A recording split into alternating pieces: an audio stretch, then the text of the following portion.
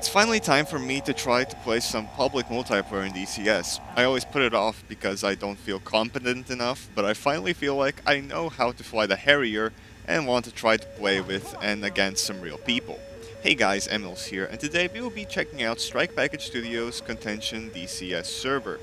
It's quite popular and somewhat beginner friendly, so I decided to play there for 3 days and see how it goes. Alright, let's get into it. So on day 1, we started up our Harrier, got onto the runway, and started heading for some targets. It wasn't long before we started engaging some enemy ground units in an urban clearing. Rockets weren't very effective, but a Mark 82 should do the trick. I cannot do, I'm afraid. I'm in a F-14. Pull up, pull up. Oh, good dude. There's aircraft around the F-16s flying high. Awesome, thank you.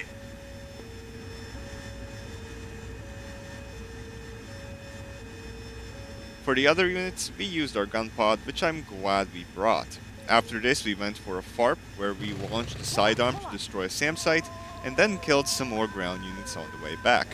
We were getting pinged quite a bit, but there were plenty of friendlies who were keeping the skies clear. We returned to base, and I would say that we got a good first sortie. On day 2 and 3, I was testing the beam eye tracker, so the tracking could look a little bit weird and jittery at moments since I was still testing it. Anyway, on day 2, we started up our Harrier again, got in the air and headed for the same stronghold. And all the way there, it was red. And I didn't notice the ground units coming in, which led me to commit fratricide. I was so embarrassed and I was willing to eject and leave right then and there, but instead I decided we will go up north and try to do some good there.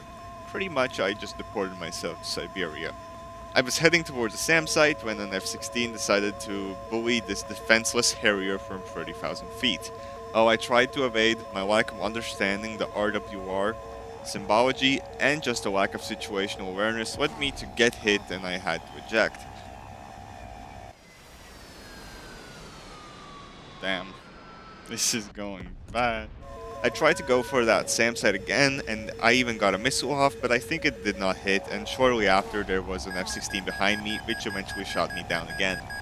In the next flight, I got another missile off, but the F-16 launched a barrage, so I was down again. Don't worry, by day 3, I started to understand what I was actually doing.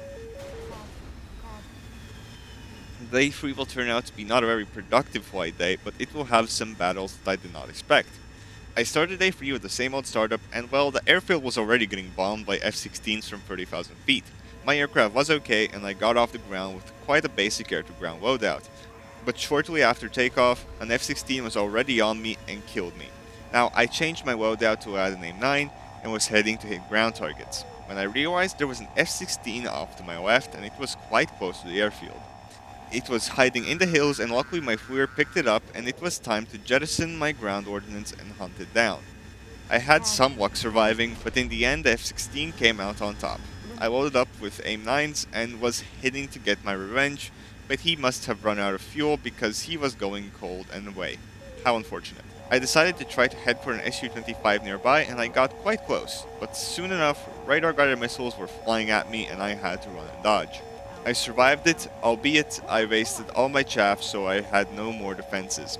I headed for the Su-25 again, and I locked a chimney and fired off my Zindwinders. Yeah, I did that.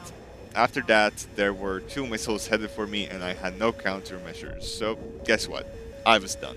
Anyway, that was enough flying for me, and even though I spent most of the time dodging missiles, it was a fun experience.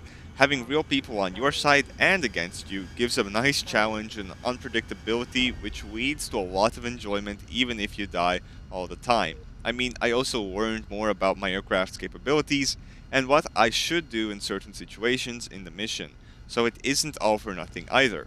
Overall, I very much enjoyed it and I recommend checking out Contention for yourself too.